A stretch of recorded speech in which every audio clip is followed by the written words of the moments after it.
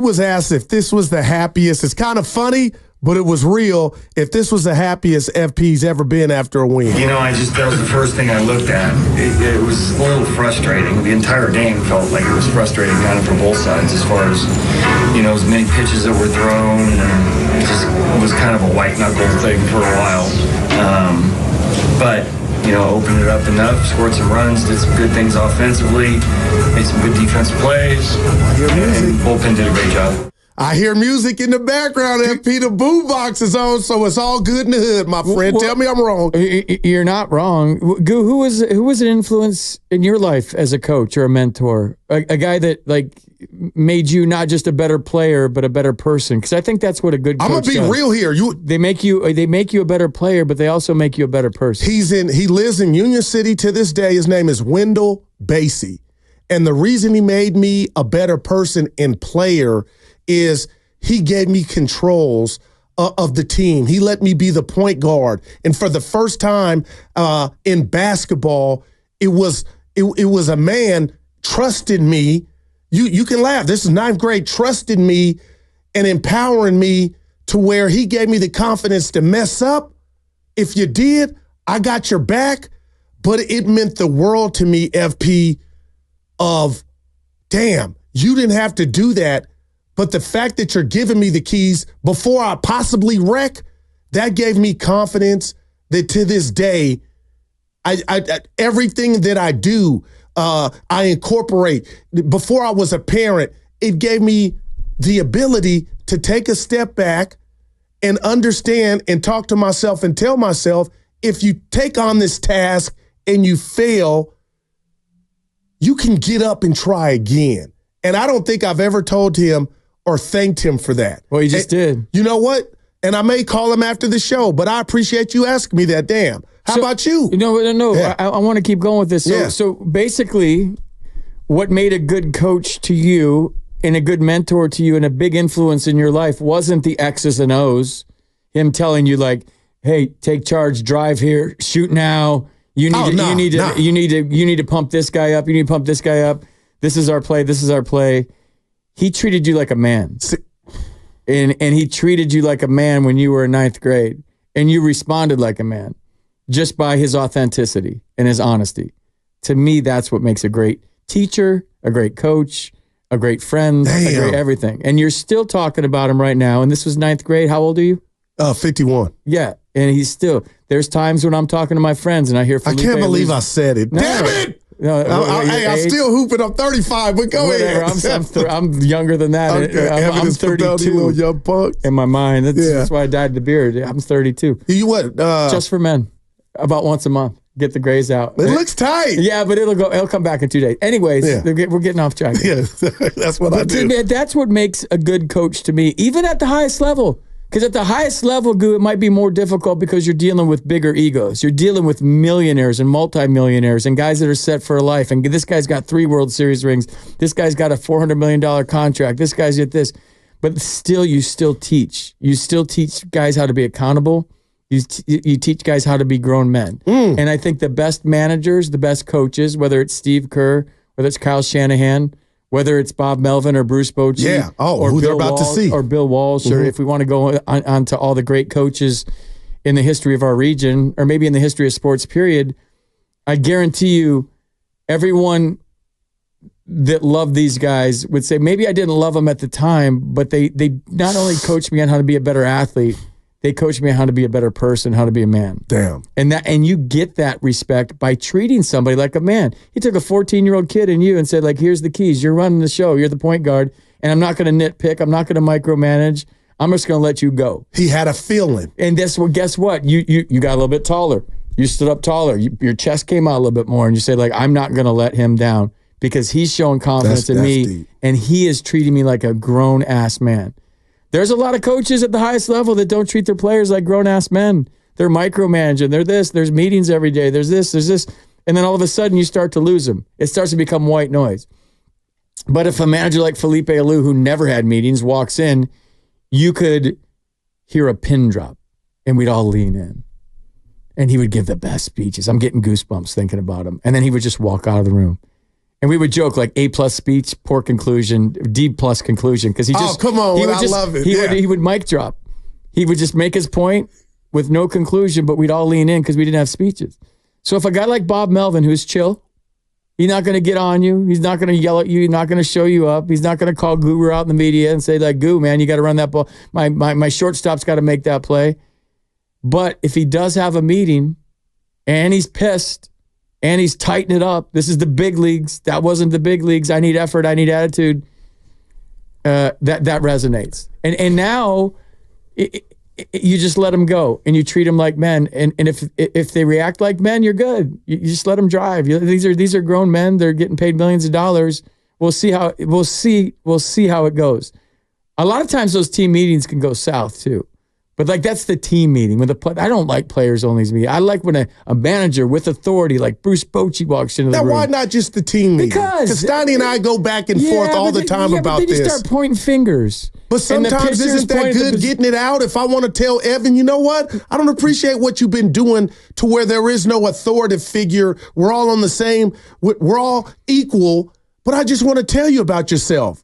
And maybe you won't change, but I'll feel better, FP. Yeah. Just let you know without management around. That's selfish. Wow. That's selfish. You want to feel better, so you're going to get what you got off your chest. But how is that making your show better? How's that making your team better? If you listen to, what I'm saying that you're doing, and maybe you don't, you're being mature enough to where you say, okay, Goo, I didn't know. True. So we kind of police ourselves in that way. But in policing yourselves, and you say what you want about somebody else, you have to be willing to hear what they have to say about you and not be sensitive No doubt. to it. So in my experience, I would hope you would do that. Those team meetings, everybody comes out of them feeling good. I'm glad you talked. I'm glad you talked. Yeah. That was great. But then it's like, and then you get in your own little cliques. And you're like, can you believe he said that about me? Wow. Look at yourself in the mirror. Damn, bro. Look at yourself in the mirror, bro. So like, I like when an authoritative manager that has respect commands the room. There's a certain talent to stand in front of the room and lead men, whether you're an educator, male or female. Wow. Whether you're a coach, male or female, there's a certain it factor that you have. And there's been guys that have tried and failed, but they're great coaches. It doesn't mean they're great leaders. There's a difference, right? You have a great coach and a great leader. To be a leader of men, you have to be able to stand up in the room, tell people what they don't want to hear, but you have to be accountable and have responsibility. And I think the greatest asset a coach or a manager can have, I want to hear this, is we talked about it in the green room, communication and honesty. That's it to me. Those two things. Communicate with me, be honest with me. But that's any relationship, right? Not to get too deep on a sports talk show, but any relationship flourishes with communication. Marriages, yes. Marriages, friendships, but player-coach relationships. I can't tell you like how that powerful position and talking to the media and everywhere he goes, free dinners and free drinks and you're the man, how I've seen it change guys that were great coaches when they become managers. Now they start to like not tell the truth. Wow. And they become organizational guys and they're telling you what they up top want me to tell you. And I'll say I was professional baseball for 14 years. I can count the straight shooters on one hand. The straight shooters, the guys that were honest. Whoa. And those guys are invaluable, whether it's your boss, whether it's a friend, whether it's your spouse, whether it's a manager, just to be a straight shooter and tell me like it is. Tell me things I really don't want to hear. It might hurt. It might fracture my ego for a second. But it's the truth. But at the end of the day, your age right now, I won't repeat it, and you're referencing a guy from 9th grade. Wow. That still has that. And it was actually 8th grade, FP. Yeah. Okay, 8th grade. But same thing. Same thing. Wow. That's heavy. 888-957-950. FP and Guru right here on 95.7 The Game, 9570. We're just talking about the impact of a good manager and a good leader. You know, what traits do you think they possess, they need to possess to have that moniker? And again, we got to this point because the Giants won a game 9-3 on the heels of their manager basically calling them out. So I don't want to be naive Nancy or naive Tony here, but you tell me, FP, what if somebody calls the show and say, you know what, the Giants just won that game. They were going to win that game regardless. Why are you guys trying to stretch it and make the parallel? And I don't believe we're doing that. I believe these guys are grown men, and it was also coming off the cusp of Matos, one of their guys. We talked about the Latin players or just his teammates, all of them that might have been like, you know what, that wasn't the right move, sending him down.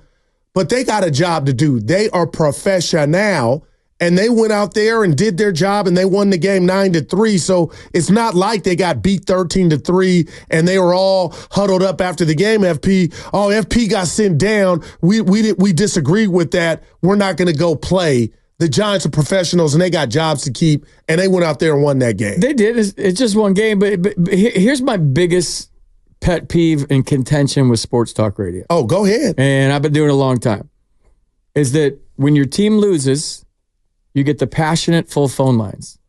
And when your team wins, it's crickets because they were supposed to win. I'm that dude, FP. I admit it. But I think part of being a professional and part of the responsibility we have with a microphone and people listen to what we have to say is being professional. And when they do good, to give them props. That's how we kicked off the show. And you have to be careful in this chair what you're saying because you can influence a lot of people. And there comes a certain responsibility where you have to separate yourself from just any old fan that come here and turn on the mic. And so I think part of being professional in this business is giving the Warriors credit when they win, giving the Niners credit when they win, and giving the Giants credit when they win. Because just like any coach, if you're going to tell me I'm bad, you better tell me when I'm good. It's the same thing. Yeah, no doubt. I appreciate that. And that's why the way you said it, about, we've been hammering them, and we have, and I feel like, just for me. You've been honest, dude. You have exactly, not but in that it comes across angry, and, I don't want to be angry. There's just passion behind it. But to your point, that kind of hit me. You kind of just, it's theater of the mind, right, FP? You want to just share with the listeners how you saw it. And, that's the beautiful thing about this forum and medium is people can pick up the phone and call and let loose. And I don't come in here ever with an agenda. I just kind of, and sometimes it's to my detriment, but I just want to share, and I'm excited with the listeners what I saw. And last night, and you said it, they won 9-3. They're on their way to the Lone Star State to play the defending World Series champions, the Texas Rangers. And the rat on the table early, FP, is they're going to play and face their manager that I believe was told, you know what, this isn't a good fit. You won 3 World Series rings with us in 5 years. We think we can do better. And that's why yesterday, and you might have said, you didn't tell me on air, but I drove home thinking, you know what, I meant it. I just feel like karma is real. And the way that then, I'm going on a tangent here, but the way that this new regime or Farhan dealt with Bruce Bochy, I felt like he got a raw deal. I don't know that to be fact, but I know he took a year off, came back, and won a World Series with another team. And then when you look at the Giants, who haven't had that much success outside of 107 wins, I think it's fair to say, you know what? What if Bruce were still here? Maybe when they won 107, they could have took that all the way. Yeah, I'll disagree with you there because I feel like Bruce Bochy needed to move on, and I think he'd tell you if we had him on as a guest. So he's a horse. You stay at a place too long, maybe you get a little stale, and maybe you start thinking about the glory days and the 10, 12, and 14, and you're looking at what your team is right now, and you're thinking about Tim Lincecum and Brian Wilson and Pat Burrell and Brandon Crawford and Hunter Pence and. You're looking at the stiffs you got in the dugout right now, and it's like, yeah, so maybe he needed a year off, to have the perspective, and get re-energized and charge his batteries, and to realize that he still had something left in the tank. But I'm not going to say he wore out his welcome because anybody who wins 3 World Series never does that. But with a new regime and new ideas and new implementation of those ideas, and then you had the salt water hitting the fresh water. And the worlds were colliding, and I think it was better for the organization, to be honest. Like we all want to wrap our arms around championship seasons, no matter what sport it is, and it's hard for us as fans to move forward from those championships because we just want to stay there because it was such a great feeling. Right. And I think that's where the sentiment with Bruce Bochy. And I mean, we talked about in the green room before, like, who is the greatest Bay Area pro sports coach? Oh, my goodness, man. Because we've been spoiled, dude. And it's all our own opinion, right? There's no wrong answer. But like, where else, what other region can you say, oh, well, Bill Walsh won this many Super Bowls, and then Seaford, and then... He's never mentioned. Seaford gets no love, and then Steve Kerr has won 4, and Bruce Bochy has won 3 for the first time in 52 years. Like, the team's been here from New York, and Bruce Bochy was the guy that won the World Series. Like, who is the best Bay Area coach in pro? That we're going to get into that. That's a phenomenal question. We got some great candidates, and again, it just goes back to the old R&B singer. He's a little older now. FP Bobby Brown. It's your prerogative, and it's like I asked you who your favorite manager is, and you shared that with us, and it was profound. It hit me, but I feel like every person is wired different. And we talked about honesty, what makes a good manager or a good coach, honesty and communication. I think, and then you said, you know what? That's what makes a good boss in corporate or a good parent maybe. But all of us are different. And I just wonder, is there anybody that could call this station, or Evan, who played college, baseball? He was a pitcher. Spadoni, being a dad, grading his parents. Would there be 2 characteristics maybe stronger than honesty and communication? I don't know. But if somebody called and said, you know what, these 2 would go on my, would be higher than that, we couldn't say they're wrong, FP. But Guru, in today's world, and I'm getting way deep in the weeds. Honesty. A lot of people can't handle it now. You go to HR if someone's honest with you.